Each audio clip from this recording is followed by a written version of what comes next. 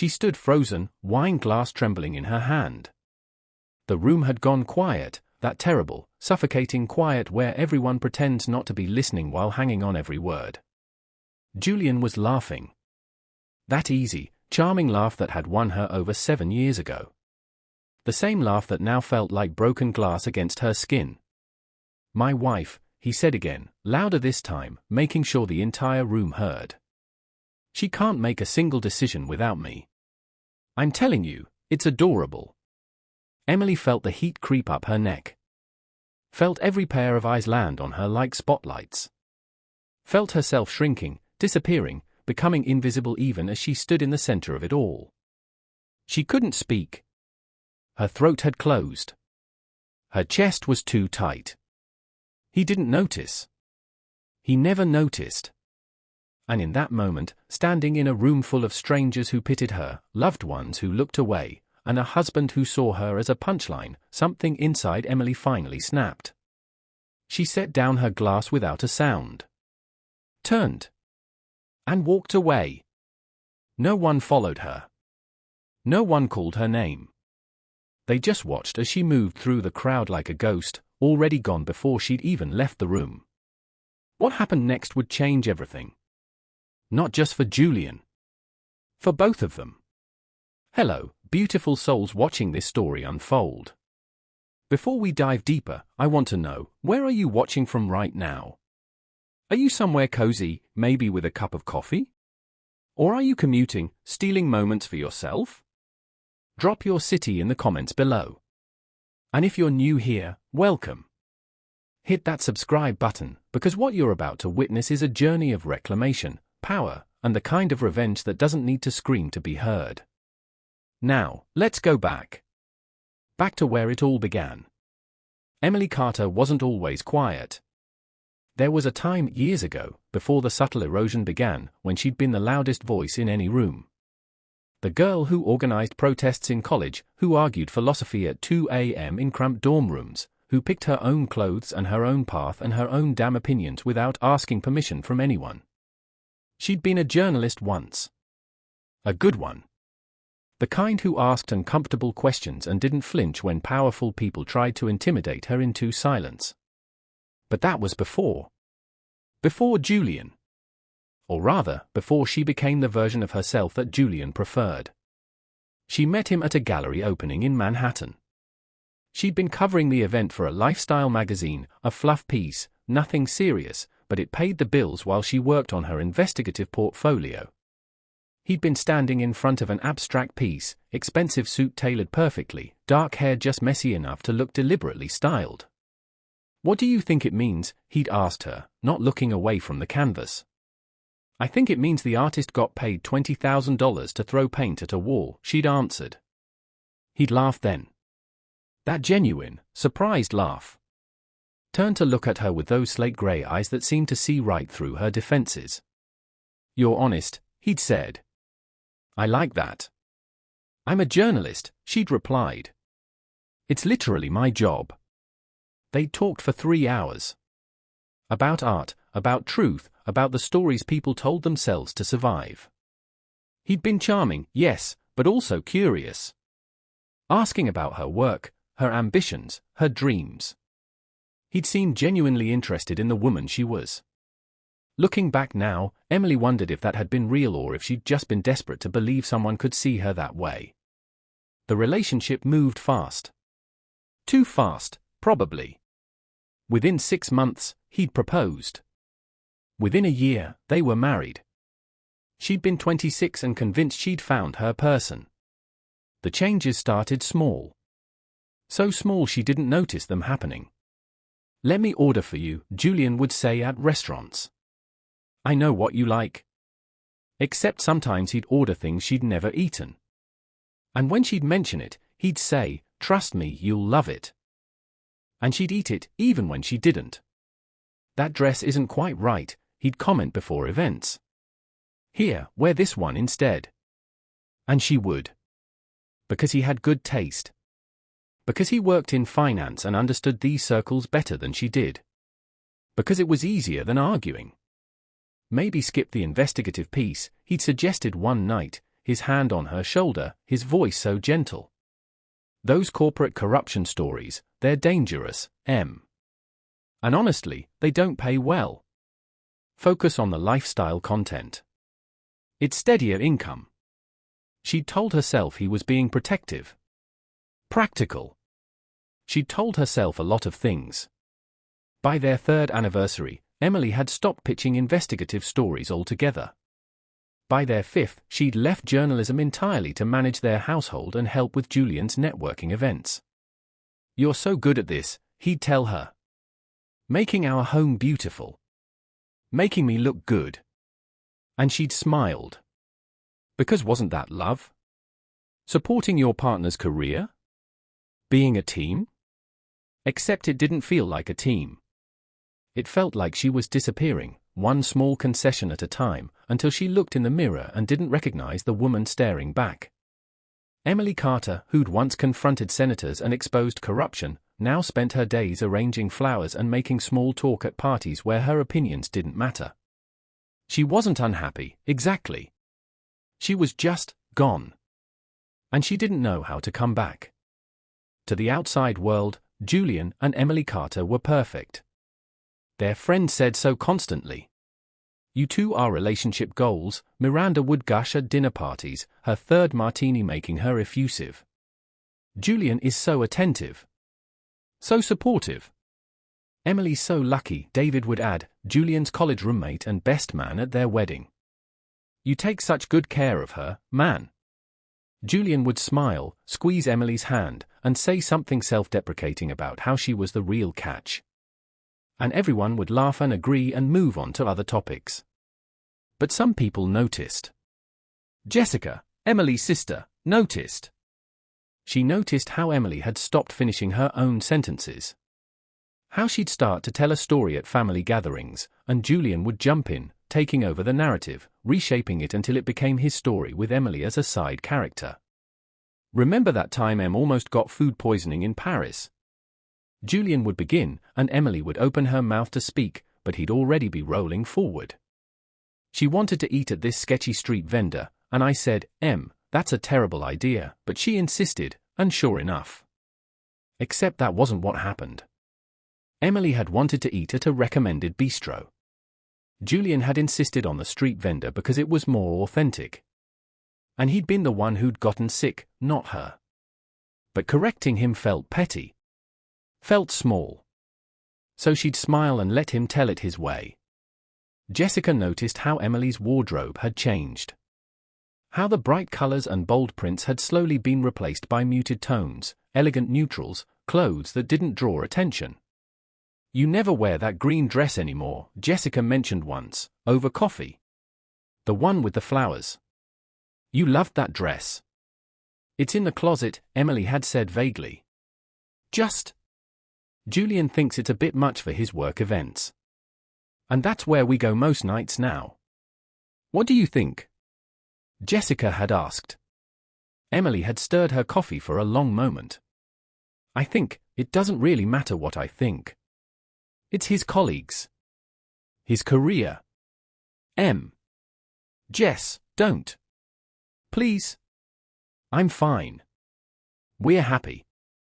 But her sister's eyes had said what her mouth couldn't, "You're not fine. And I don't know how to help you." Emily's old colleague, Robert, noticed too. They'd worked together at the magazine before she'd quit. He'd been a senior editor, the one who'd encouraged her hardest-hitting pieces. When they ran into each other at a bookstore 2 years after she'd left, he'd been shocked by the change. "Emily Carter," he'd said, genuine warmth in his voice. "Still terrorizing corporate executives?" "Oh, no," she'd laughed, but it sounded hollow even to her own ears. "I'm not writing anymore. I'm focusing on other things." "Other things?" His eyebrows had risen. "Em, you were brilliant. That pharmaceutical piece you did? That was Pulitzer-level work." She'd felt something twist in her chest. Pride? Grief? That was a long time ago. It was 4 years ago. Well, life changes. Robert had studied her for a moment, and she'd seen the questions in his eyes. The concern. But before he could ask, Julian had appeared, sliding his arm around her waist possessively. "There you are, darling. I've been looking everywhere." He'd extended his hand to Robert. Julian Carter. Emily's husband. Robert Chen. Emily's former editor. From her writing days. Julian had smiled, but it hadn't reached his eyes. Ancient history now. She's far too busy helping me manage our life to spend time on those little articles. Those little articles. Emily had felt the words like a slap. Felt Robert flinch on her behalf. Those little articles exposed a company defrauding cancer patients, Robert had said, his voice carefully controlled. "Oh, sure. Julian had waved a dismissive hand. "Very admirable. But not exactly sustainable as a career, you know. Em's much happier now. Aren't you, darling?" And Emily, standing between these two men, one who'd believed in her talent, one who'd convinced her to abandon it, had heard herself say, "Yes. Much happier." She'd felt like a stranger to herself. Robert had made his excuses shortly after. But before he left, he'd pressed his business card into her hand. "If you ever want to talk," he'd said quietly. "About writing. About anything." She'd nodded. Thanked him. Thrown the card away 2 days later when Julian had found it and asked, with that edge in his voice, why she was keeping contact information for male colleagues from her past. "It's nothing," she'd said. "Just politeness." "Good," Julian had replied. "Because you know how these things look. I trust you, of course, but other people might get the wrong idea." She'd reassured him. Apologized for making him uncomfortable. Promised to be more careful. And another small piece of herself had crumbled away. The invitation arrived on a Tuesday morning in late September. Emily was arranging dahlias in the foyer, deep burgundy ones that matched the season, when Julian came down the stairs, already dressed for work, already on his phone, already moving at that relentless pace that defined his existence. "Big news," he said, barely looking up from his screen. "Thornton's throwing a dinner party Friday night. His house in the Palisades." Richard Thornton was Julian's boss. Senior partner at Ashford & Klein, the investment firm where Julian had been climbing the ladder for the past 6 years. "That sounds nice," Emily said carefully, adjusting a stem. "Nice." Julian finally looked up, and there was an intensity in his eyes that made her stomach tighten. This isn't nice. This is career-making. Thornton only invites the partners he's considering for promotion. This means I'm in the running for senior VP. Julian, that's wonderful. I need you to be perfect Friday night." He was in front of her now, hands on her shoulders, his grip just a little too tight. "I mean it, Em. This is everything.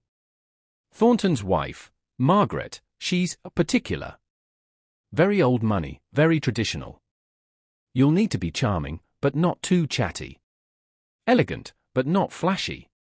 Supportive, but not clingy." Emily felt the familiar knot forming in her chest.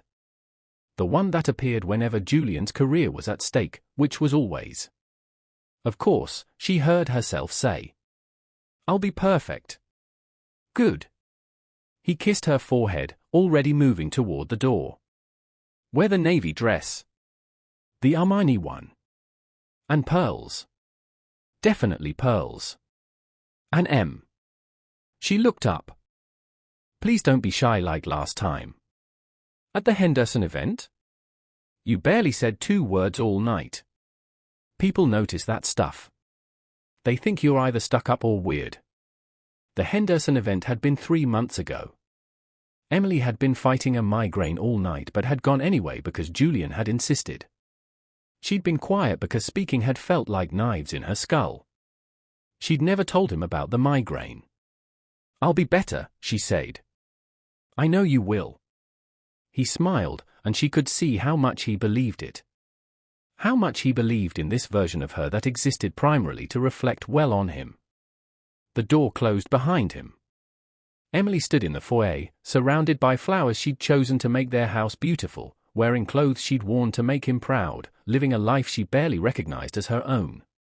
And for just a moment, she let herself wonder, when did I become so small? The next 3 days passed in a blur of preparation. Emily had the navy Armani dress dry cleaned. Scheduled a hair appointment. Made sure her nails were immaculate, her makeup flawless but understated.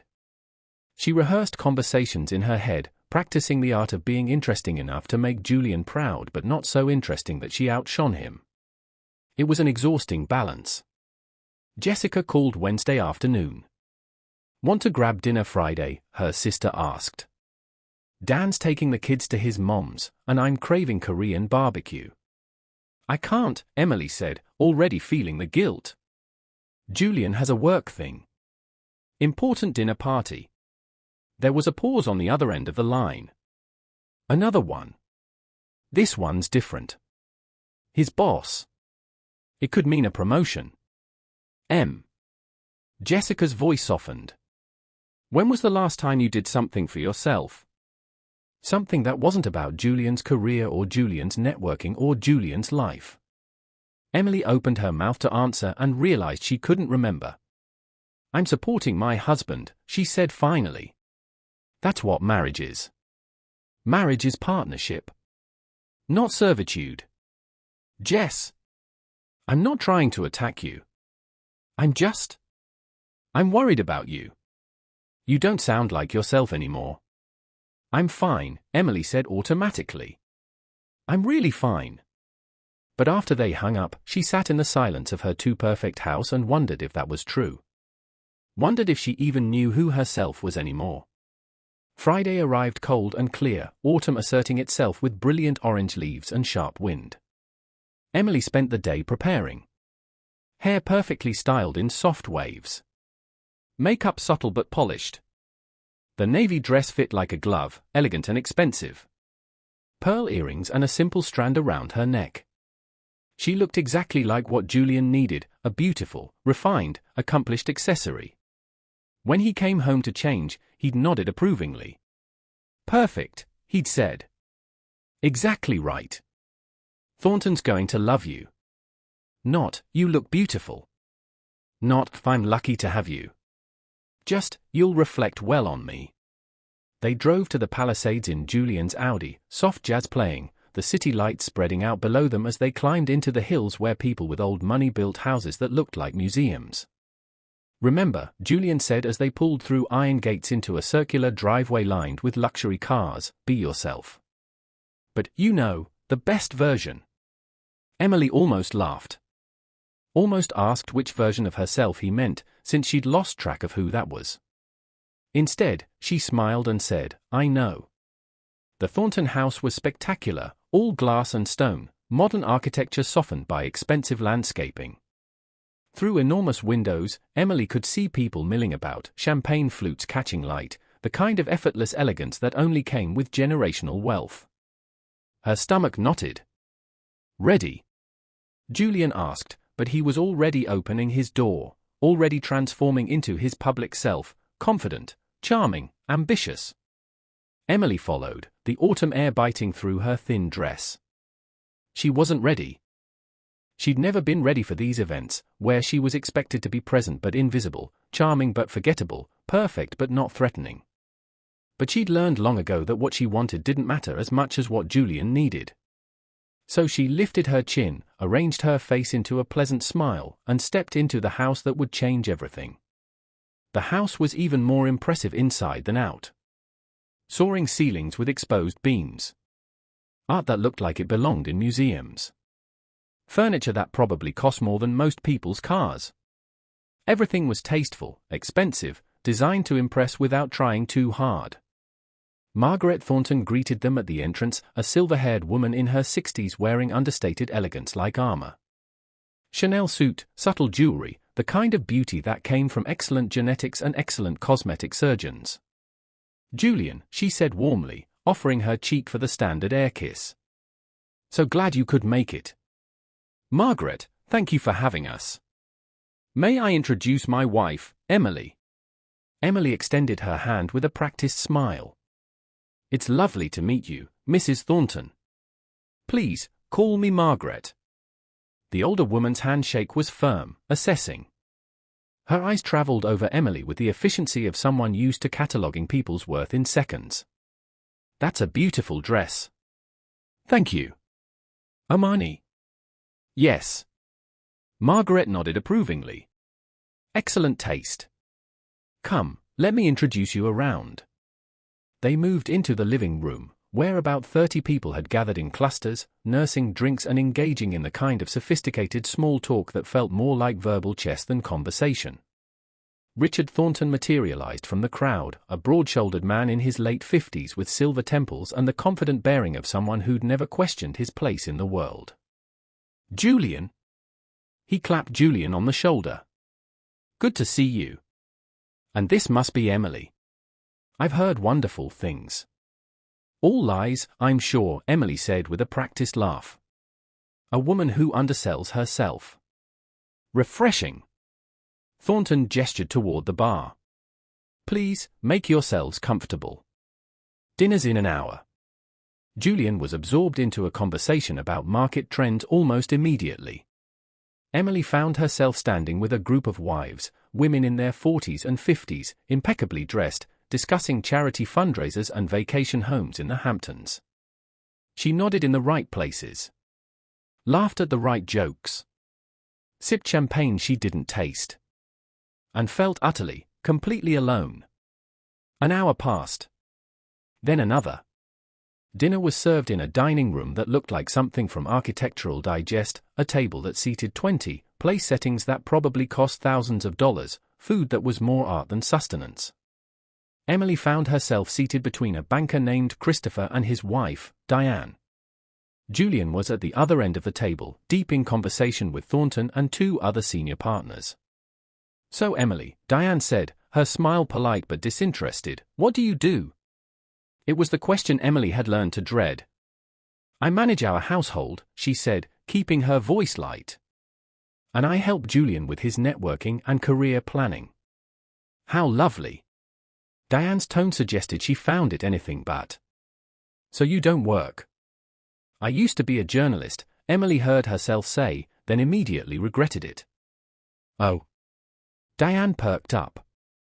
"What kind of journalism?" "Investigative. Corporate corruption, pharmaceutical fraud, that sort of thing." "How fascinating. Why did you stop?" "Because my husband convinced me it wasn't practical.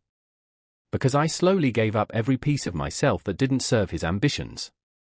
Because I woke up one day and didn't recognize my own life." "Life changes," Emily said vaguely. "Priorities shift." Diane nodded, losing interest. "Well, supporting your husband is important too, I suppose." Emily smiled and said nothing. It was during dessert, some elaborate chocolate thing with gold leaf, that things started to unravel. The conversation had turned to decision-making, of all things. Someone had told a story about their wife surprising them with a sports car, and everyone was laughing, sharing anecdotes about their partner's bold choices. "What about you, Julian?" Richard Thornton asked, clearly enjoying the levity. "What's the most surprising thing Emily's ever done?" Julian laughed, setting down his wine glass. Emily felt her chest tighten. "Honestly? My wife can't make a single decision without me." The table went quiet for a beat, then erupted in laughter. Emily's face burned. "Come on," Christopher said, grinning. "It can't be that bad. I'm not exaggerating." Julian was warming to his story now, gesturing with his hands.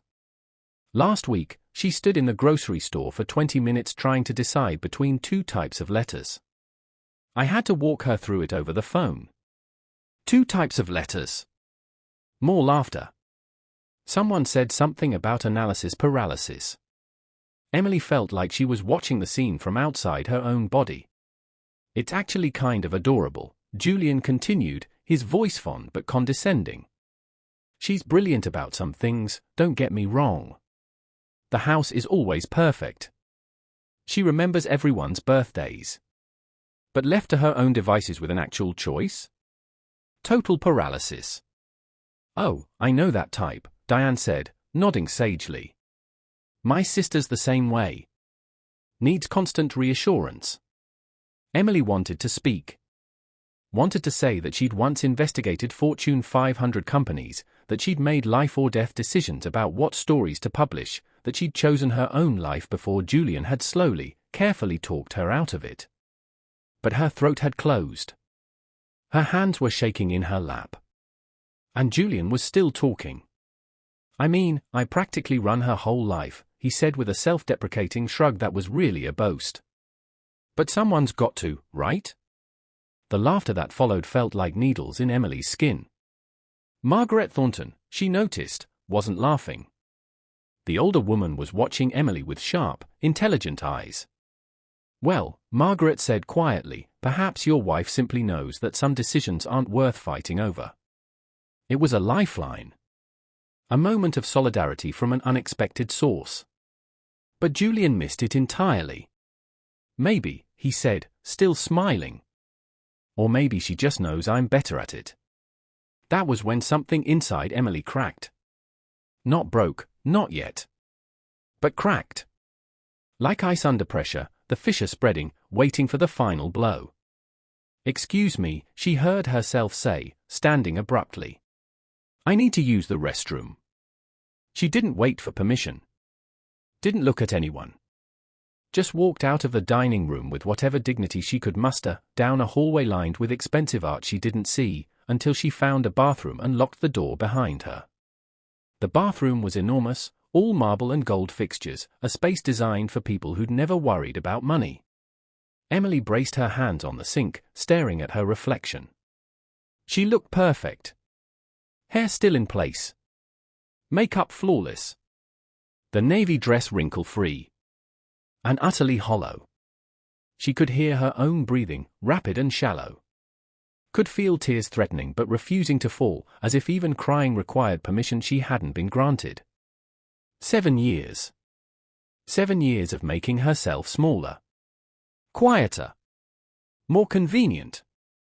7 years of swallowing her opinions, her ambitions, her very self, all in service of being the kind of wife Julian needed.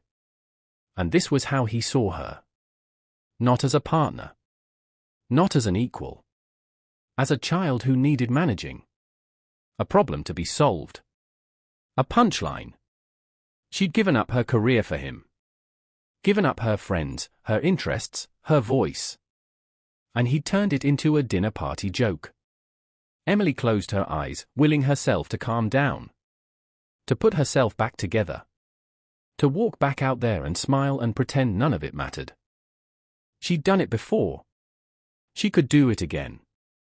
That was when she heard voices outside the door. Male voices. Julian's voice. Bit harsh, don't you think? That was Christopher. What? Julian sounded genuinely confused. I was just joking around. Yeah, man, but...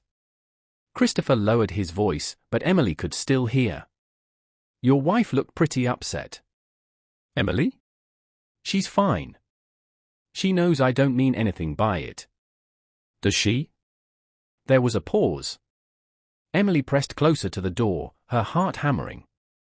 Look, Julian said, his tone defensive now. You don't understand. Emily, she's amazing at certain things. She makes our life run smoothly. But she's not like Margaret or Diane or those other women. She needs structure. Guidance. She needs me to make the big decisions because otherwise, she just freezes. Or maybe, Christopher said carefully, she's just tired of you making decisions for her? That's not, you don't get it. I love my wife. I take care of her. I practically run her whole life. And there it was again. That phrase. Said with pride. I practically run her whole life. As if she were a business. A project.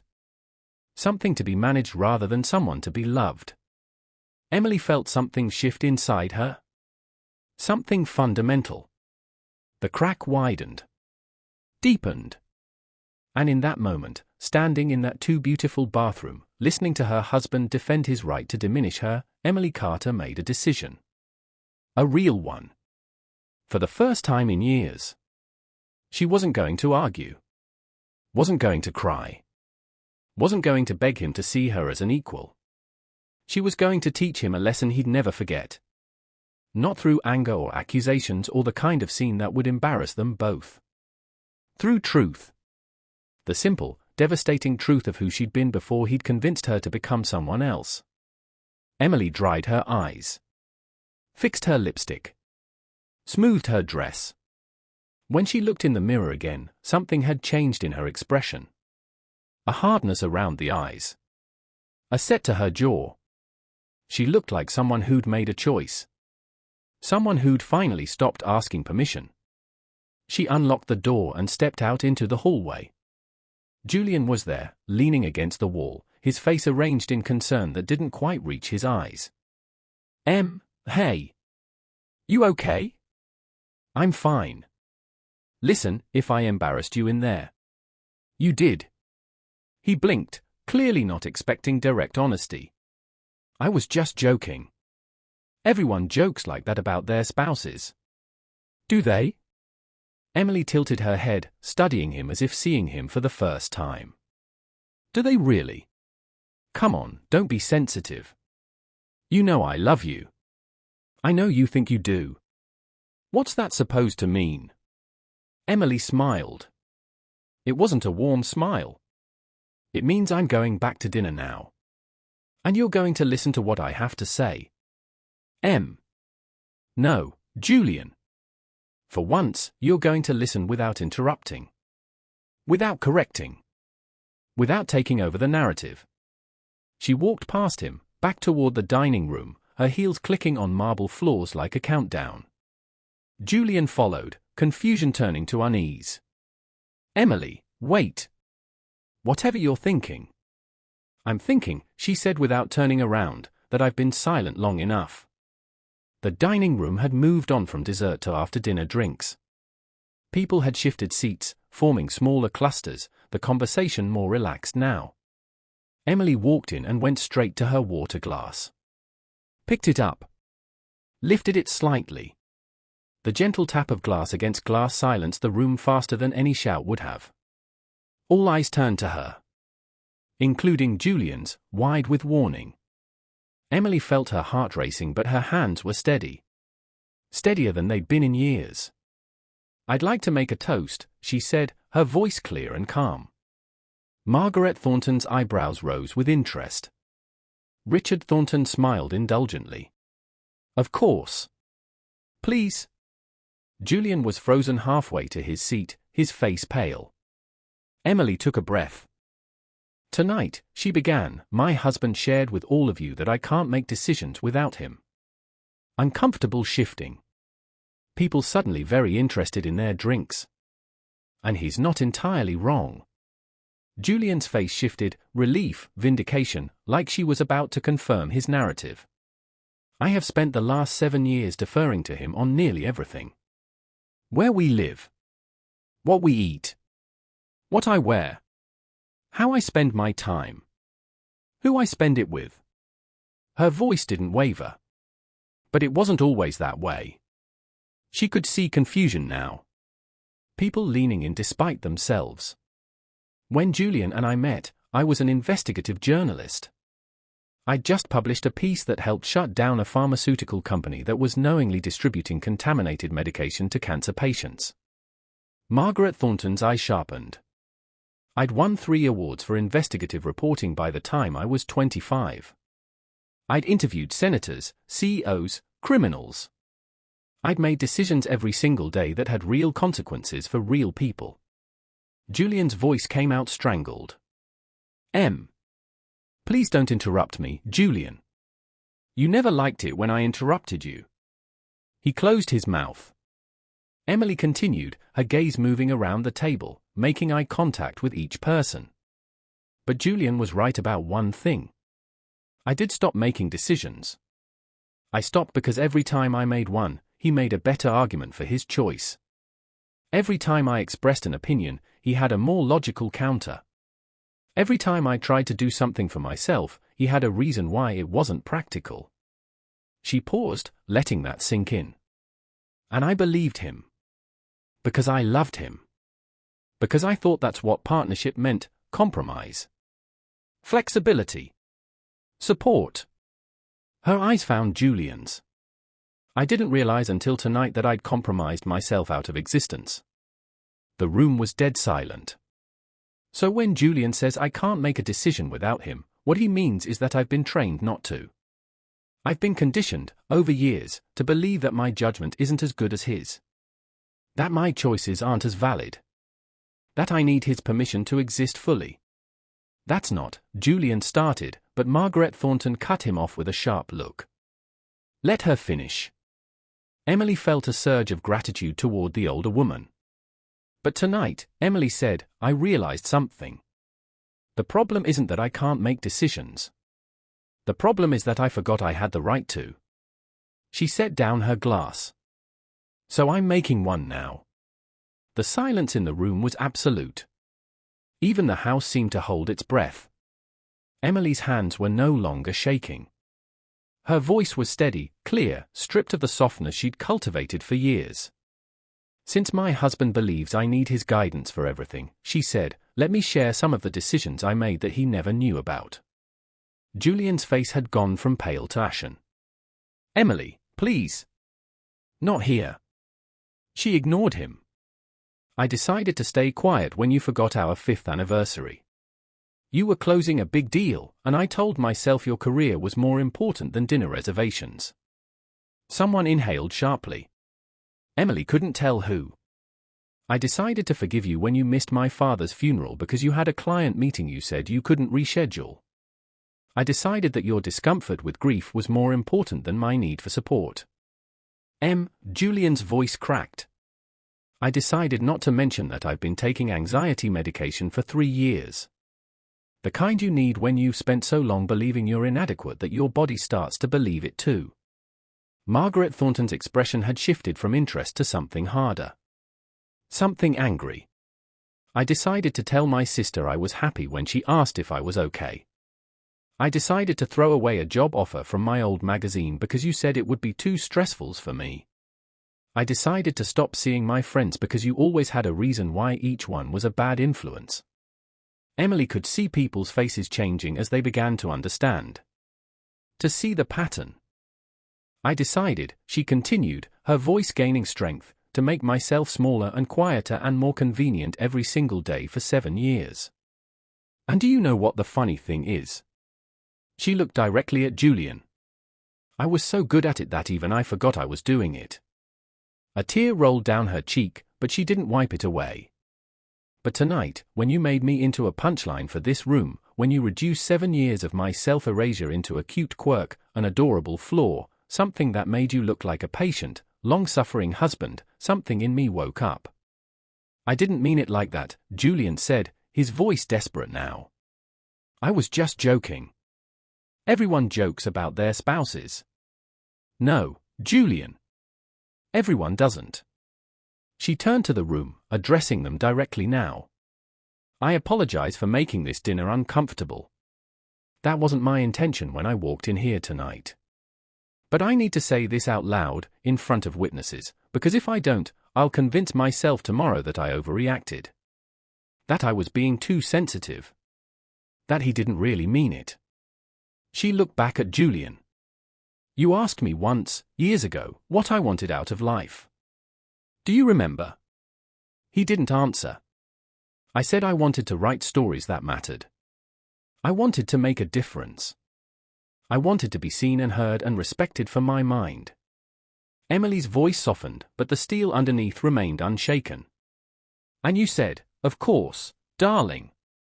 Whatever makes you happy. But then, little by little, you showed me that what actually made you happy was a wife who didn't threaten you. Who didn't challenge you. Who existed in your orbit instead of her own. Julian's hands were clenched at his sides. That's not fair. I've given you everything. Everything except the one thing that mattered, Emily interrupted. Respect. The kind of respect you give to equals, not to things you own. She picked up her glass again, raised it slightly. So here's my toast, to the decisions we make when we finally stop asking permission. To the women who remember who they were before someone convinced them to be less. And to the moment when silence becomes its own kind of strength. She drank, set down the glass with a soft click that sounded like a gavel. And here's my decision, Julian. The big one you've been waiting for. His eyes were pleading now. Desperate. We can talk about this at home. Please.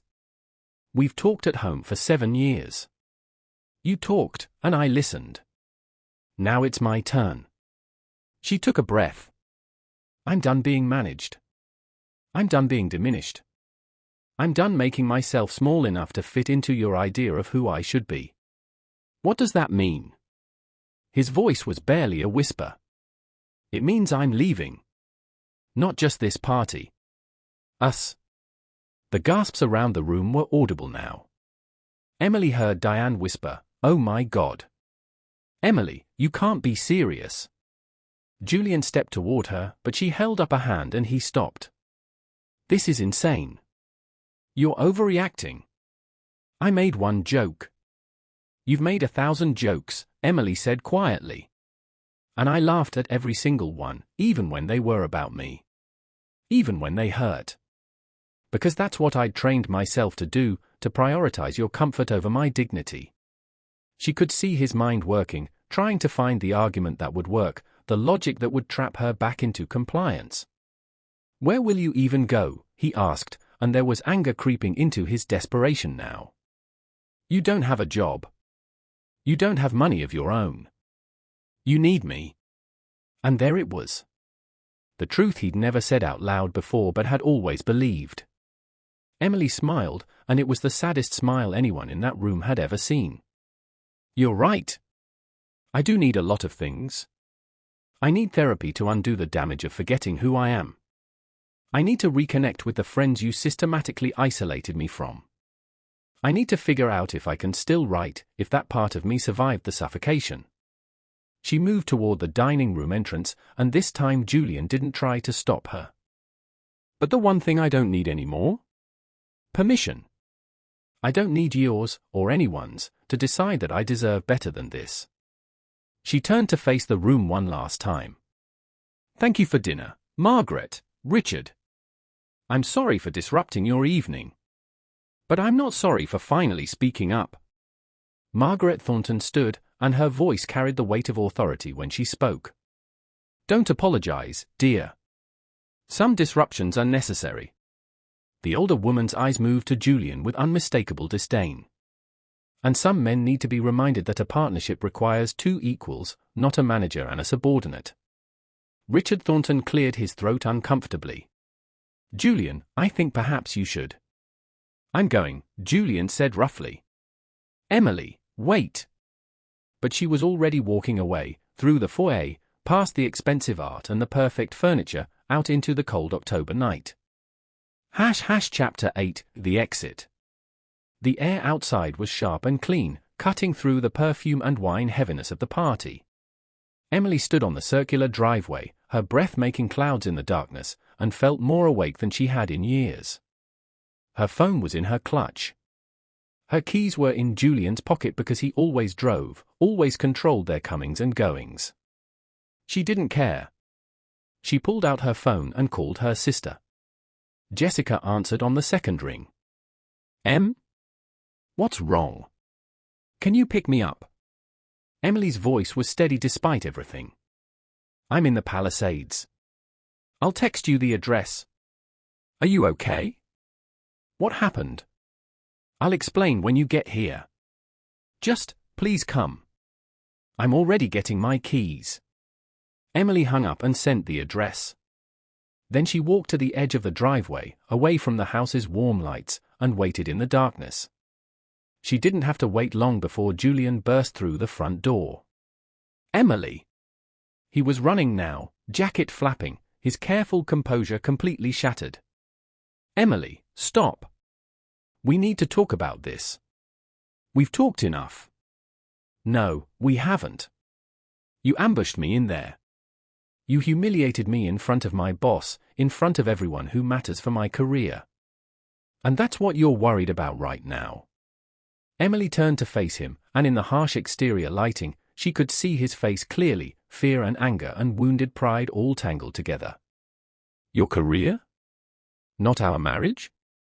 Not the fact that your wife just told you she's been dying inside for 7 years. You're being dramatic. But his voice shook. You're upset, I get it. I shouldn't have joked like that. I'm sorry, okay? I'm sorry. Can we please just go home and talk about this like adults? Like adults, Emily repeated. You mean like how you've treated me as an adult? With respect and equality. I've given you everything. His voice rose, cracking. A beautiful home, security, a life most women would kill for. But not a voice. That's not true. Julian. Emily's voice was exhausted now, all the adrenaline draining away. Name one major decision we've made together in the last 3 years where you actually listened to what I wanted. He opened his mouth. Closed it.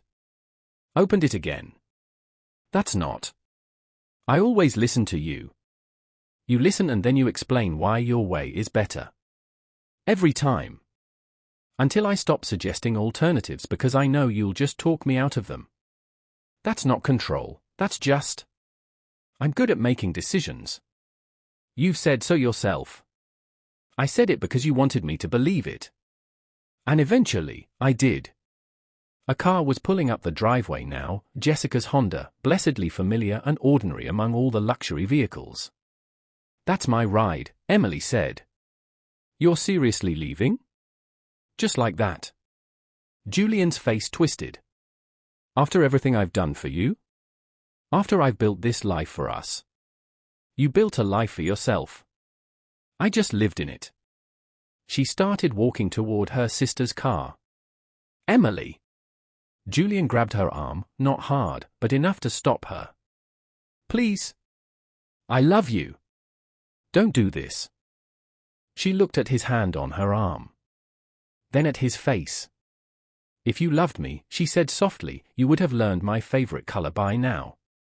You would know I hate pearls but wear them because you think they look elegant. You would remember that I wanted to be a writer, not just your wife. She gently removed his hand. I don't hate you, Julian. But I can't keep loving someone who needs me to be smaller than I am. Jessica was out of the car now, moving toward them with protective fury on her face. You okay? I'm okay. Emily moved toward her sister, toward safety, toward the first decision she'd made for herself in longer than she could remember. Emily, if you walk away now, that's it. Julian's voice followed her, desperate and angry. You think you can just leave? You think you'll survive without me? You have nothing. She paused, looked back one last time. I have myself. That's more than I had this morning.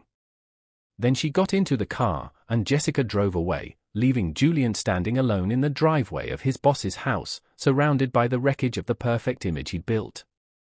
The car ride was silent for the first 10 minutes. Emily stared out the window, watching the expensive houses give way to normal neighborhoods, feeling like she was leaving not just a party but an entire life behind. Do you want to talk about it? Jessica finally asked. Not yet. Okay. But I'm proud of you. Emily closed her eyes, and finally, let the tears come. Not sad tears. Not angry tears. Relief. Pure, overwhelming relief. Jessica's apartment was small, cluttered with toys and children's drawings, smelling like coffee and yesterday's dinner. It was the opposite of Emily's pristine house. It felt like home. The guest room's yours for as long as you need it, Jessica said, handing Emily a t-shirt and sweatpants. Dan took the kids to his mom's for the weekend, so we have the place to ourselves. Emily changed out of the navy Armani dress, this expensive costume she'd worn to play the role of Julian's perfect wife. She folded it carefully, habit, then stopped. And threw it on the floor. A small rebellion. A stupid one. It felt incredible. When she came out to the living room, Jessica had made tea and was curled up on the couch, waiting. Ready to talk.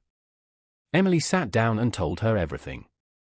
The years of small compromises. The slow erosion of herself. The party. The toast. Julian's face when she walked away. Jessica listened without interrupting, her expression moving through shock, anger, sorrow, and finally, fierce pride.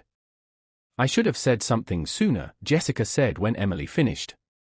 I saw what was happening, but I told myself it wasn't my place. That you were a grown woman making your own choices. I wasn't making choices. That was the problem. What are you going to do now? Emily wrapped her hands around her tea mug, feeling the warmth seep into her cold fingers. I don't know. I need to figure out the practical stuff. Money. Lawyers. Where I'll actually live long term. But Jess? Yeah? For the first time in 7 years, I get to figure it out myself. And that's terrifying and exciting, and I have no idea if I'm making a huge mistake, but it's mine. This choice is mine. Jessica reached over and squeezed her hand. You're going to be okay. Better than okay. Emily wanted to believe her. The next few days passed in a strange suspended reality. Julian called. Texted. Emailed. His messages followed a predictable pattern. First came anger, *, you embarrass me. You ruined everything. How could you, *. Then came bargaining, let's talk. We can fix this. I'll change. Please come home. Then came manipulation, you're not thinking clearly. You need me. You'll regret this. Emily didn't respond to any of it. Instead, she did something she hadn't done in years. She wrote. It started as therapy, really. Just words spilling onto Jessica's laptop, everything she'd kept locked inside for so long. But as she wrote, she felt something awakening. That part of her that had loved finding truth, exposing it, making it matter. On the third day, she called Robert Chen. He answered immediately. Emily Carter. I'd given up hope of ever hearing from you again. I need a favor. Name it. Do you still have that editor position open? The one you mentioned 3 years ago. There was a pause. Then, you're serious. I'm serious. I need to rebuild my portfolio, and I need to remember how to be the journalist I used to be. Can you help me? Emily, I would be honored. When can you start? Monday? Monday works. She hung up and felt something unfamiliar blooming in her chest. Hope. Julian showed up at Jessica's apartment on day 5. Emily was writing when the doorbell rang. Jessica answered, and Emily heard her sister's voice, sharp and protective. She doesn't want to see you. Jessica, please. I just need to talk to her. 5 minutes. You had 7 years to talk. You used it to shut her up instead. I love her. Funny way of showing it. Emily stood up, moved to the doorway. Julian looked terrible, unshaven, rumpled, dark circles under his eyes. It's okay, Jess, Emily said quietly. I'll talk to him. Her sister looked skeptical but stepped back. Emily walked outside, keeping the door open behind her, maintaining her exit route. Hi, Julian said, and his voice was so broken that she almost felt sorry for him. Almost. Hi. I've been going crazy. You won't answer my calls. You won't come home. Because it's not my home anymore. Yes, it is. Emily, please. I know I messed up. I know I said things I shouldn't have. But we can work on this. We can go to counseling. I'll change. Emily studied him, this man she'd loved, this man who'd slowly suffocated her without even realizing he was doing it. Do you even know what you'd be changing? She asked. What? If you went to counseling, what would you tell the therapist the problem is? Julian fumbled. That I made you feel bad. That I didn't appreciate you enough. That's not it. Then tell me. Tell me what I did wrong, and I'll fix it. And there it was. The fundamental misunderstanding that had defined their entire marriage. Julian, you can't fix this like it's a problem with a clear solution. You need to understand that you spent 7 years treating me like a subordinate, not a partner. You need to understand that love without respect is just control with better marketing. I respect you. You don't. You respect the version of me that agrees with you. The version that doesn't challenge you or threaten your ego or require you to actually compromise. That's not true. What's my favorite book? He blinked. What? My favorite book. I've read it 4 times. I've quoted it. What is it? Silence. What did I study in college? More silence. What was the story I was working on when we met? The one I was so excited about. Julian's face was crumbling. Emily, those are just details. They're not details. They're me. And you never bother to learn them because you were never interested in who I actually am. Only in who you needed me to be. A tear rolled down his cheek. I don't know how to fix this. You can't, Emily said gently. Because I don't want to go back to who I was with you. I'm finally starting to remember who I am without you. So that's it? 7 years, and you're just done. I've been done for a long time, Julian. I just didn't have the courage to admit it until you gave me no choice. She turned to go back inside. Emily. His voice stopped her. For what it's worth. I am sorry. I never meant to hurt you. She looked back at him, this man who'd loved her the only way he knew how, which wasn't enough. I know you didn't. But intent doesn't erase impact. She went inside and closed the door. And felt another piece of herself click back into place. 3 months later. Emily sat in a coffee shop in Brooklyn, her laptop open, working on a story about employment discrimination in tech companies. It was raining outside, that soft autumn rain that made everything look like a painting. Inside, the shop smelled like espresso and pastries, and someone was playing acoustic guitar in the corner. She'd forgotten how much she loved this. The research. The interviews. The careful construction of narrative that exposed truth and pushed for change. Her byline would run in the magazine next week. Her first published piece in 7 years. Robert had cried when she'd turned it in. Welcome back, he'd said. We missed you. She'd missed herself too. The divorce was almost finalized. Julian had fought it initially, but his lawyer had convinced him that a protracted battle would only make things worse. They'd split their assets. Emily had taken very little. She didn't want his money, didn't want anything that tied her to that life. She wanted to rebuild from scratch. She'd moved into a tiny studio in Williamsburg. It had exposed brick and terrible water pressure and neighbors who played music too loud. It was perfect. Jessica visited often, bringing her nieces, who loved Emily's stories about brave women who changed the world. Are you going to get married again, Aunt Em? Sophie, the eldest, had asked last week. Maybe someday, Emily had answered honestly. But only to someone who loves all of me, not just the parts that are convenient. That's very feminist, Sophie had said approvingly. Emily had laughed until her sides hurt. She'd also started therapy. Every Thursday at 3 p.m., sitting in Dr. Morrison's office, untangling 7 years of learned helplessness. You're making remarkable progress, Dr. Morrison had told her last session.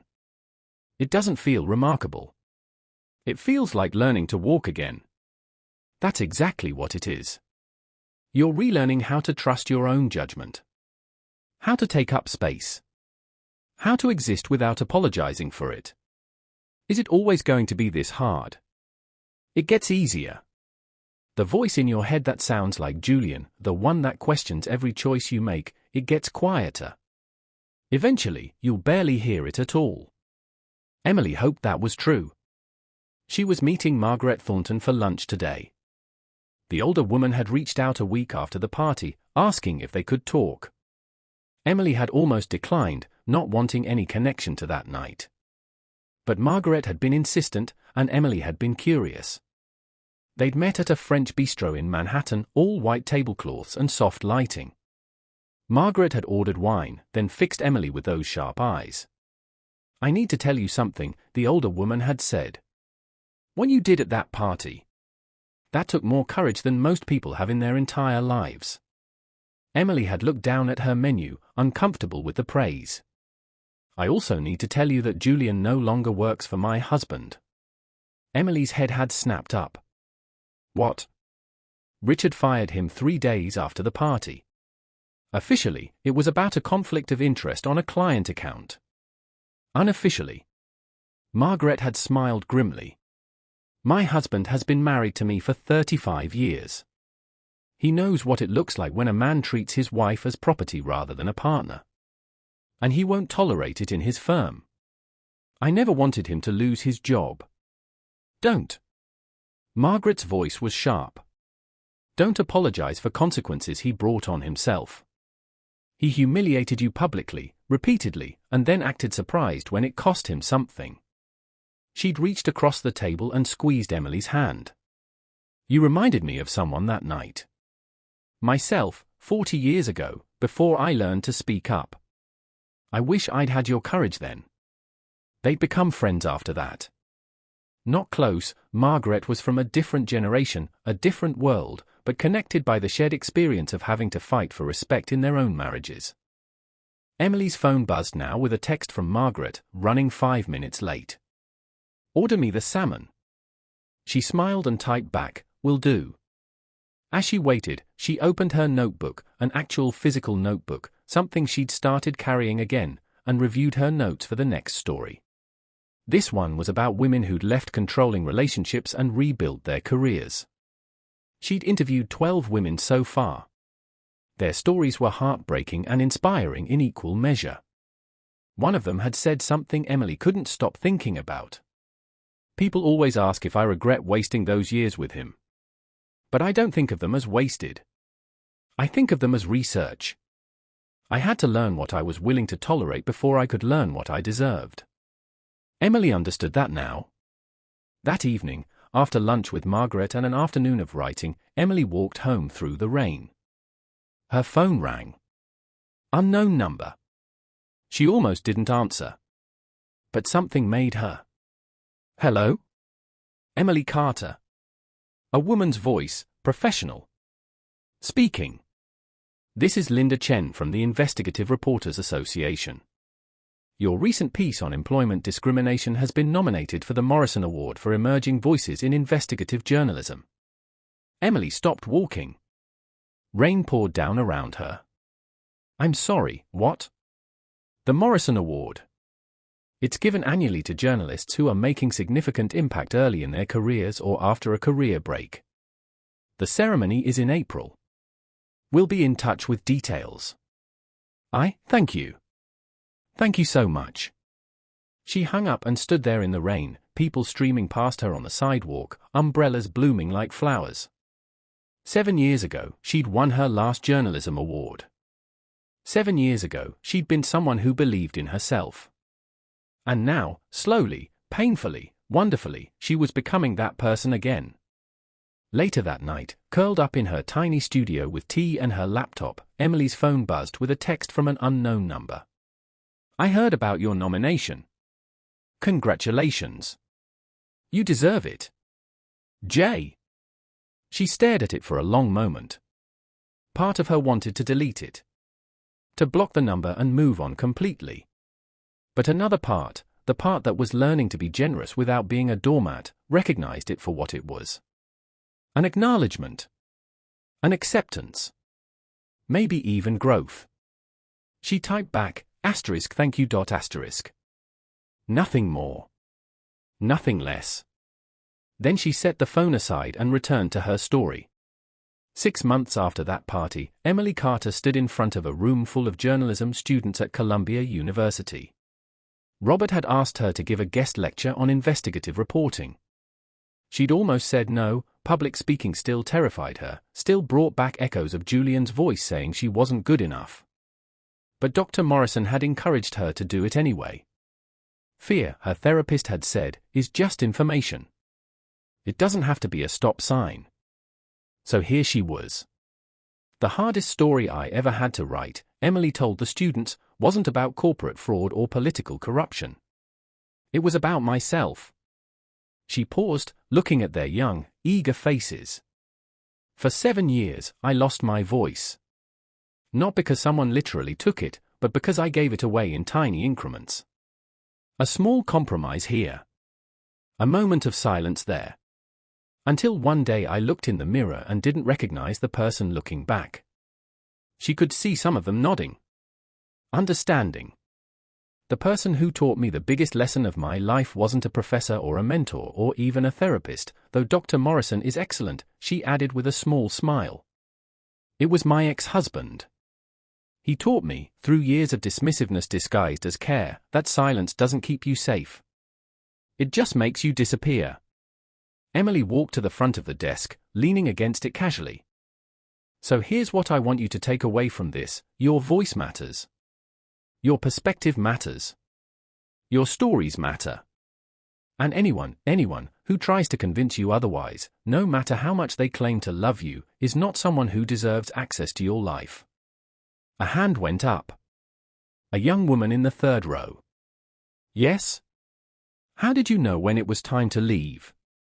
Emily considered the question carefully. I didn't, really. I just knew I couldn't stay. There's a difference between knowing you're making the right choice and knowing you're making the necessary one. Sometimes you have to jump before you can see the landing. Another student spoke up.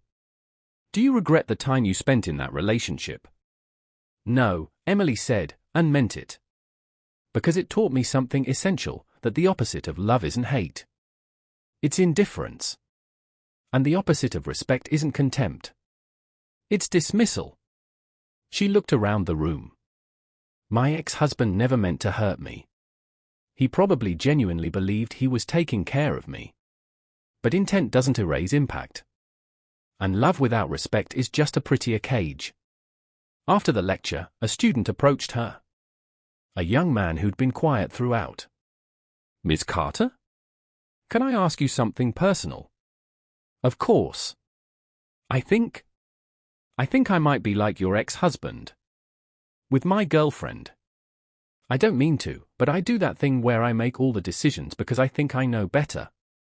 How do I stop? Emily felt her heart twist with unexpected compassion. You already started, she said gently. By recognizing it. By asking. That's more than most people do. But how do I fix it? Listen. Not to respond or to fix or to offer solutions. Just listen. Ask her what she thinks and then believe her when she tells you. Let her make choices, even ones you disagree with. Trust her competence. And when you catch yourself about to take over, stop and ask yourself, am I doing this because she needs my help or because I need to feel needed? He nodded slowly. Thank you. As he walked away, Emily felt something unexpected. Gratitude. Not for what Julian had done to her, but for what she'd learned from it. That night, Emily wrote in her journal, something she'd started doing in therapy. Today I taught a room full of students about finding their voice.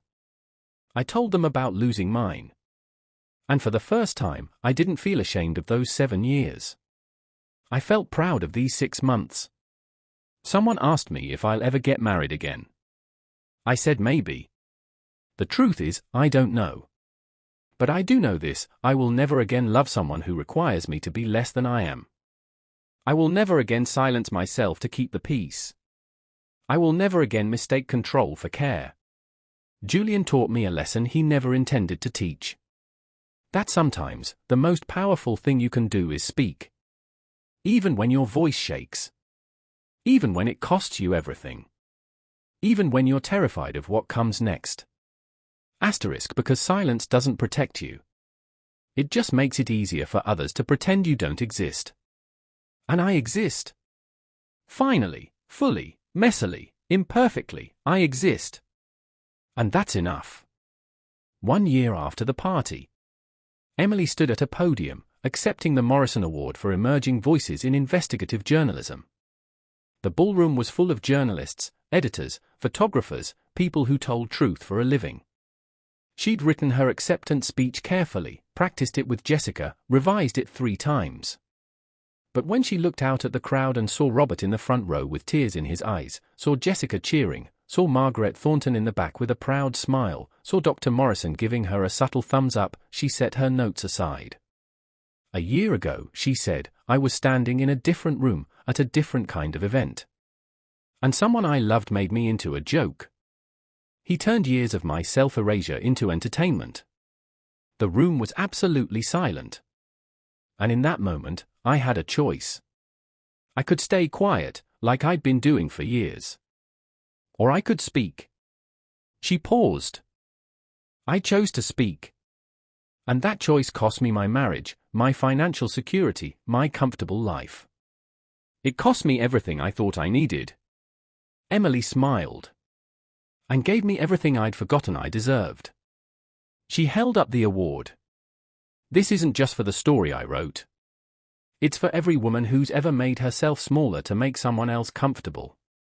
For every person who's ever stayed silent to keep the peace. For everyone who's ever wondered if their voice matters. Her voice strengthened. It does. Your voice matters. Your truth matters. Your existence matters.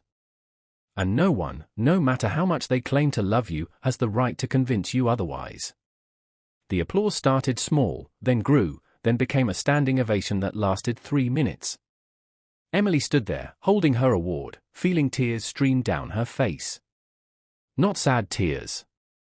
Not angry tears. Victorious ones. After the ceremony, Emily checked her phone. 1 new email. From Julian. She almost deleted it. Almost moved on without reading it. But curiosity won. Emily. I saw the video of your acceptance speech. You were right. About everything. I've been in therapy for 6 months now. Learning about control and partnership and the difference between loving someone and needing them to need you. I'm not writing to ask you to come back. I understand that ship has sailed. I'm writing to say thank you. Thank you for teaching me the lesson I should have learned years ago, that the people we love deserve to be seen, not managed. Heard, not corrected. Respected, not controlled. I'm sorry it took losing you to learn it. I hope someday you can forgive me. Not for my sake, but for yours. Congratulations on the award. You always were an incredible journalist. I'm sorry I made you forget that. Julian. Emily read it twice. Then she typed a response. Julian. I'm glad you're in therapy. I'm glad you're learning. I forgive you. Not because you deserve it, but because I refuse to carry anger that isn't serving me. But forgiveness doesn't mean reconciliation. You taught me to doubt myself, and it's taken me a year to learn to trust myself again. That's not something I can unlearn just because you've had some realizations. I hope you find happiness. I hope you find someone who challenges you to be better instead of someone you can mold into being less. And I hope you remember this lesson with whoever comes next. Take care of yourself. Emily. She hit send and closed her email. And realized, with quiet certainty, that she truly was done. Not angry done. Not bitter done. Just complete. The chapter had closed. The lesson had been learned. And she was free. Before we close this journey, I want to hear from you. What would you have done in Emily's position? Have you ever had to find your voice after losing it? Share your thoughts in the comments below. Your story might be exactly what someone else needs to hear today. And if this resonated with you, subscribe for more stories about courage, redemption, and the strength it takes to reclaim yourself. Because your voice matters. Always. Emily Carter walked out of the ceremony into the spring night, award in hand, surrounded by people who saw her for who she actually was. She had no husband. No big house. No financial security. But she had something infinitely more valuable. Herself. Whole. Imperfect. Learning. Growing. And finally, after 7 years of silence and 1 year of rediscovery, she had her voice back. The voice that asked uncomfortable questions. The voice that refused to shrink. The voice that reminded her, every single day, you are enough. You always were. You just forgot for a while. And that's okay. Because the most powerful thing about losing yourself isn't the losing. It's the finding. Sometimes the greatest act of revenge isn't destroying someone. It's becoming so completely yourself that their opinion of you no longer matters. Emily didn't teach Julian a lesson through cruelty or vindictiveness. She taught it through truth. Through the simple, devastating act of refusing to disappear. And in doing so, she taught herself the most important lesson of all. That silence doesn't mean weakness. Sometimes it's just the pause before you finally remember how to roar.